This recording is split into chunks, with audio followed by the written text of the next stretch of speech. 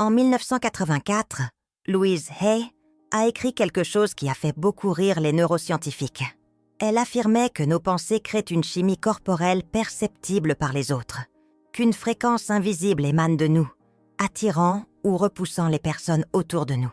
Les scientifiques ont qualifié cela de pseudo-science, de nouvel âge, de bêtises. 40 ans plus tard, ils ont découvert qu'elle avait raison. Et ce qu'ils ont découvert va bouleverser votre compréhension de l'attraction, car il ne s'agit pas de parfums, de vêtements ou de techniques de séduction. Il s'agit de 3 neurotransmetteurs spécifiques que votre cerveau produit, créant une signature chimique unique. Une signature que les hommes détectent inconsciemment, les rendant accros. Mais voici ce qui est réellement troublant. La plupart des femmes font exactement le contraire de ce qu'elles devraient faire pour activer ces neurotransmetteurs. Elles programment littéralement leur cerveau pour repousser au lieu d'attirer. Louise Hay a fait cette découverte alors qu'elle était mourante, atteinte d'un cancer, et seule. Abandonnée de tous, elle dut trouver le moyen de reconstruire non seulement sa santé, mais sa capacité à connecter avec les gens d'une manière qu'elle n'avait jamais connue.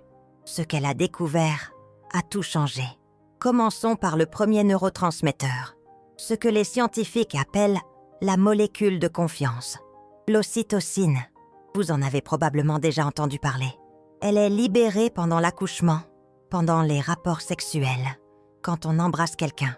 Mais ce que la plupart ignorent, c'est qu'il existe des façons spécifiques d'activer la production d'ocytocine, faisant que les gens se sentent instantanément en sécurité et connectés en votre présence. Louise Hay l'a découvert par hasard. Elle était dans une librairie en 1968, 3 ans avant le diagnostic de cancer qui allait changer sa vie à jamais. Un homme s'est approché d'elle et lui a dit « Je ne sais pas pourquoi, mais je me sens chez moi, près de vous. » Elle était confuse. Ils avaient discuté seulement 5 minutes, de livres, rien d'intime ou de profond. Mais quelque chose s'était passé, quelque chose qu'elle ne pouvait expliquer. Des années plus tard, en commençant à étudier le lien entre le corps et l'esprit, elle a compris ce qui s'était passé ce jour-là et comment reproduire cet effet à volonté. Le secret résidait dans sa façon de se parler, à elle-même. Voyez-vous, lorsque Louise était dans cette librairie, elle sortait d'une séance de thérapie où elle avait travaillé sur des croyances profondes sur elle-même. Elle était dans un état que les neuroscientifiques appellent aujourd'hui cohérence cardiaque. Son cerveau et son cœur étaient littéralement synchronisés. Et cela a créé une cascade chimique spécifique. Oxytocine, sérotonine et le 3e neurotransmetteur dont nous parlerons bientôt. Mais d'abord, laissez-moi vous parler de Sarah.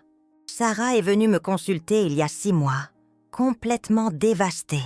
Elle avait 34 ans, intelligente, réussie, belle, mais elle ne parvenait pas à maintenir une relation amoureuse plus de 3 mois. « C'est comme si j'étais invisible », m'a-t-elle dit. « Les hommes s'intéressent au début, mais ensuite, c'est comme si quelque chose en moi les repoussait. » Je lui ai demandé de me décrire son dialogue intérieur, ce qu'elle pensait d'elle-même au cours de la journée.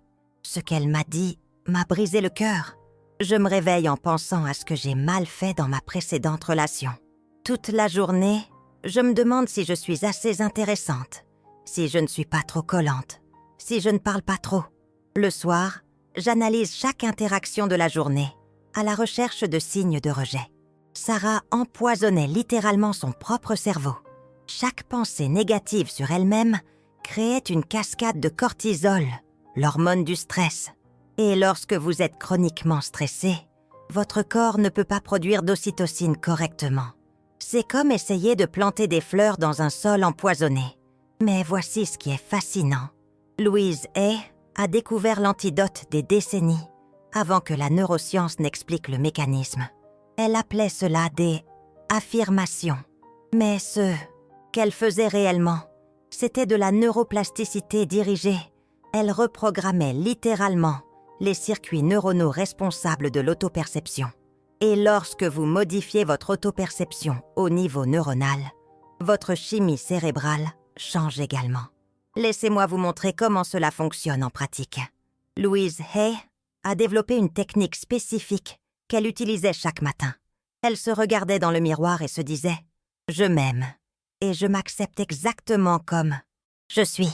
Mais ce n'était ça pas seulement les mots, c'était la façon dont elle les disait. Elle respirait profondément avant de parler, posait sa main sur son cœur et visualisait les mots descendant jusqu'aux cellules de son corps.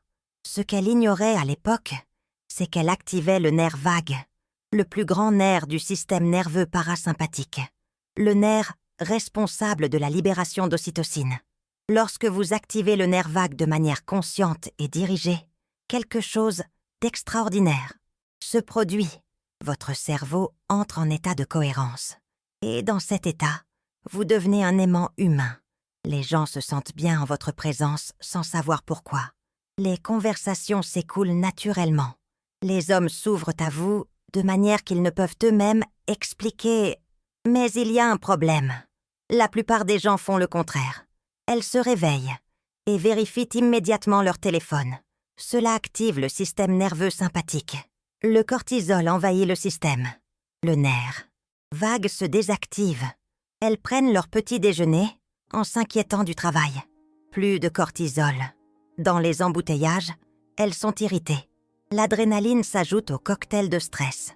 Et lorsqu'elles rencontrent enfin quelqu'un qui pourrait les intéresser romantiquement, leur système nerveux est complètement déséquilibré. Il n'y a pas d'ocytocine disponible, seulement des hormones de stress. C'est comme essayer de séduire quelqu'un tout en étant poursuivi par un tigre. Parlons maintenant du deuxième neurotransmetteur. Celui-ci est encore plus puissant que l'ocytocine. Il s'agit de la dopamine, la molécule de motivation.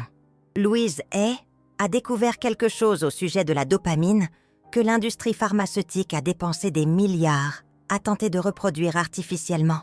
Elle a découvert comment activer la production naturelle de dopamine d'une manière qui non seulement la faisait se sentir incroyable, mais rendait aussi les autres accros à la sensation d'être près d'elle.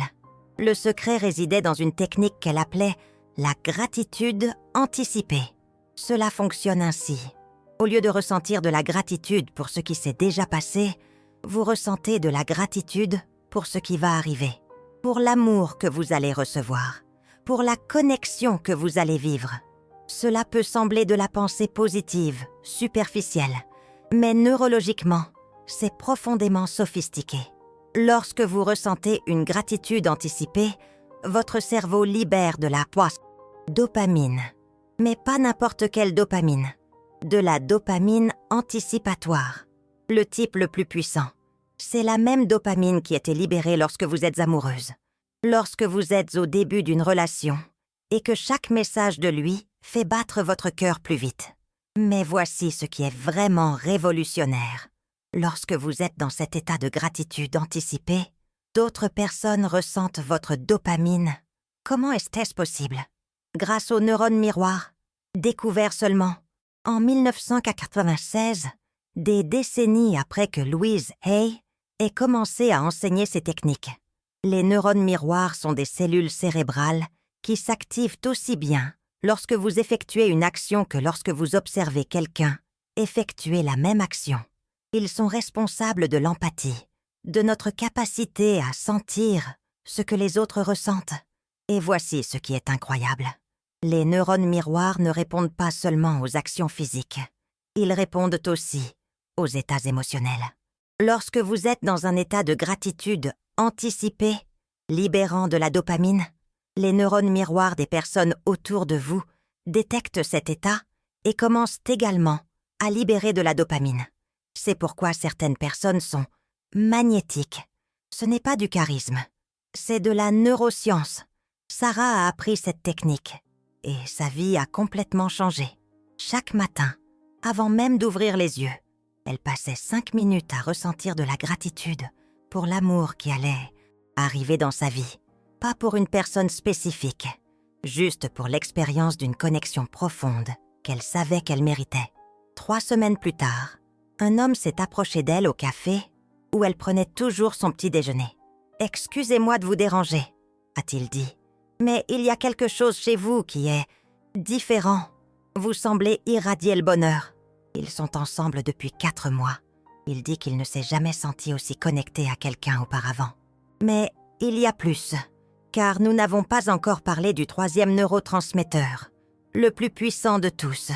Louise Hay l'a découvert en dernier, et elle a failli mourir avant de le découvrir. Nous sommes en 1981. Elle a déjà un diagnostic de cancer. Les médecins lui ont donné 6 mois à vivre. Elle est seule, effrayée et désespérée. C'est dans ce moment de vulnérabilité totale qu'elle a découvert quelque chose qui a changé non seulement sa santé, mais sa compréhension de la connexion humaine. Elle a découvert le pouvoir de la sérotonine. La sérotonine est connue comme le neurotransmetteur du bonheur, mais c'est une simplification grossière. La sérotonine est bien plus que ça. C'est le neurotransmetteur de la présence. Lorsque vos niveaux de sérotonine sont équilibrés, vous devenez complètement présent. Il n'y a pas d'anxiété concernant l'avenir, ni de regret concernant le passé. Il n'y a que vous, ici, maintenant, complètement disponible pour la connexion. Et lorsqu'un homme est en présence d'une femme qui est complètement présente, quelque chose se produit dans son cerveau qui est presque comme une drogue. Il expérimente ce que les neuroscientifiques appellent la synchronisation neurale. Son cerveau se synchronise littéralement avec le cerveau d'elle. Ils entrent dans le même rythme. C'est une expérience de connexion si profonde qu'il se sent comme s'il la connaissait depuis des années, même s'ils viennent de se rencontrer. Mais voici le problème. Nous vivons dans une société qui attaque constamment notre production de sérotonine. Les réseaux sociaux, les informations, 24 heures sur 24, le multitâche constant, la pression pour être productive tout le temps, tout cela fragmente notre attention et détruit notre capacité à être vraiment présent. Louise Hay a découvert l'antidote lorsqu'elle était confrontée à la mort. Elle a réalisé qu'elle ne pouvait pas se permettre de gaspiller une seule seconde à s'inquiéter pour des choses qu'elle ne pouvait pas contrôler. Chaque moment est devenu précieux, chaque respiration, un cadeau. Et dans cet état de présence forcée par la proximité de la mort, elle a commencé à vivre des niveaux de connexion avec les gens qu'elle n'avait jamais ressentis auparavant. Les infirmières s'arrêtaient pour discuter avec elle plus longtemps que nécessaire. Les visiteurs qui venaient par obligation finissaient par rester des heures. Les gens disaient qu'ils se sentaient en paix lorsqu'ils étaient avec elle. Elle irradiait de la sérotonine. Et cela nous amène à ce que je considère comme la découverte la plus importante de Louise Hay. La technique qu'elle a développée pour activer simultanément les 3 neurotransmetteurs. Elle l'appelait la méditation du miroir aimant. Chaque jour, pendant 20 minutes, elle s'asseyait devant un miroir et se regardait dans les yeux. Non pas pour se critiquer ou chercher des défauts, pour se connaître, pour s'accepter, pour s'aimer. Dans les premières minutes, elle ressentait un confort, une résistance, la voix critique intérieure essayant de prendre le contrôle. Mais elle persistait. Elle respirait profondément. Elle activait le nerf vague. L'ocytocine commençait à affluer. Ensuite, elle imaginait toutes les formes d'amour qui allaient encore venir dans sa vie. Gratitude, anticipée. La dopamine inondait le système. Finalement, elle existait simplement, présente avec elle-même, acceptant complètement qui elle était à ce moment-là. La sérotonine équilibrait tout le système. Le résultat, elle ne s'est pas seulement guérie du cancer. Elle est devenue l'une des personnes les plus magnétiques du XXe siècle. Des millions de personnes, à travers le monde, se sont senties transformées, simplement en étant en sa présence. Parce que lorsque vous maîtrisez ces 3 neurotransmetteurs, vous devenez irrésistible. Pas d'une manière manipulatrice ou artificielle, d'une manière profondément authentique. Vous devenez la version la plus magnétique de vous-même. Mais Louise Hay a découvert quelque chose d'encore plus profond. Elle a découvert qu'il existe un timing spécifique pour activer ces neurotransmetteurs. Un rythme biologique naturel qui amplifie exponentiellement le pouvoir d'attraction. Elle appelait cela les fenêtres de magnétisme. Il s'avère que notre cerveau a des moments pendant la journée où il est plus réceptif à la reprogrammation chimique. Des moments où une petite intervention peut créer des changements durables dans nos schémas neuronaux. La première fenêtre survient dès le réveil. Dans les 15 premières minutes après avoir ouvert les yeux, votre cerveau est à une fréquence θ, le même état que nous expérimentons pendant la méditation profonde. Dans cet état, toute pensée ou émotion que vous cultivez pénètre directement dans le subconscient, sans résistance critique. C'est comme avoir un accès direct au système d'exploitation de votre cerveau. Louise a découvert que si elle utilisait ces 15 minutes pour activer l'ocytocine, par l'auto-amour authentique, l'effet durait toute la journée. Elle irradiait une fréquence d'acceptation que les gens ressentaient instantanément. La deuxième fenêtre se situe entre 14h et 16h. Il y a une baisse naturelle des niveaux d'énergie et d'attention. Le cerveau passe en mode traitement interne. C'est le moment idéal pour activer la dopamine grâce à la gratitude anticipée. Lorsque vous visualisez l'amour futur pendant cette fenêtre, votre cerveau l'interprète comme une réalité imminente et commence à libérer les neurotransmetteurs correspondants. La troisième fenêtre est 1 heure avant de dormir. Le cerveau se prépare au sommeil et produit naturellement plus de sérotonine.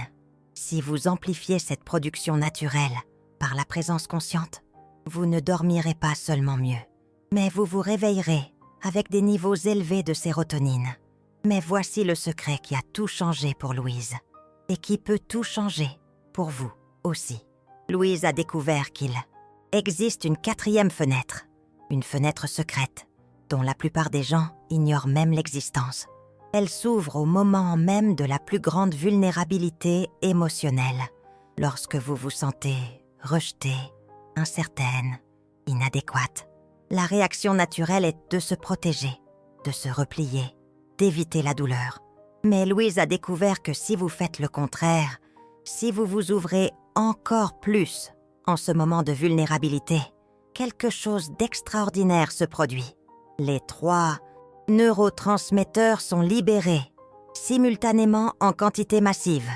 C'est comme si le cerveau compensait la douleur émotionnelle par une inondation de chimie positive. Elle a testé cela pour la première fois lorsqu'un homme qui l'intéressait l'a rejeté cruellement.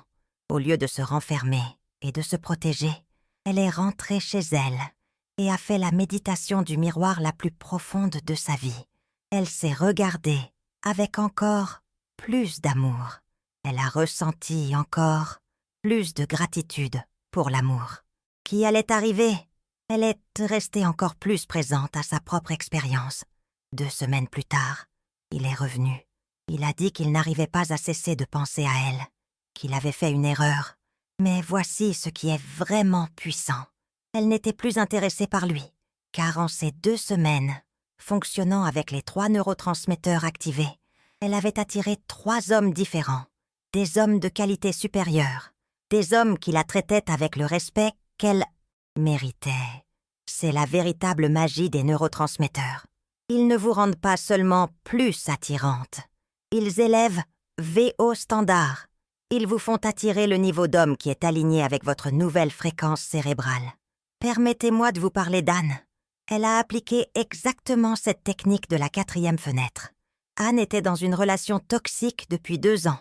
Il la critiquait constamment, la faisait se sentir petite, inadéquate, mais elle avait peur d'être seule. Un jour, après une dispute particulièrement cruelle, où il a dit qu'elle ne trouverait jamais quelqu'un de mieux, Anne a eu un choix, se replier et accepter cette réalité cruelle, ou utiliser ce moment de douleur maximale comme carburant pour la transformation. Elle a choisi la transformation.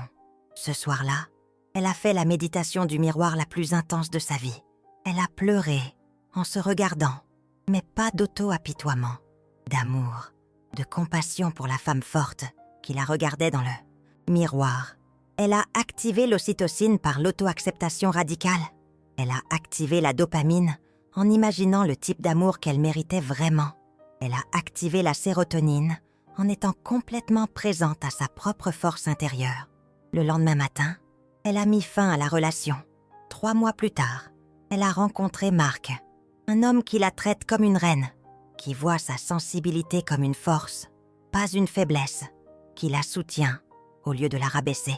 Il dit que ce fut le coup de foudre, qu'il y avait quelque chose en elle qu'il n'avait jamais trouvé chez aucune autre femme, Une combinaison de force et de vulnérabilité qui l'a captivé dès la première rencontre.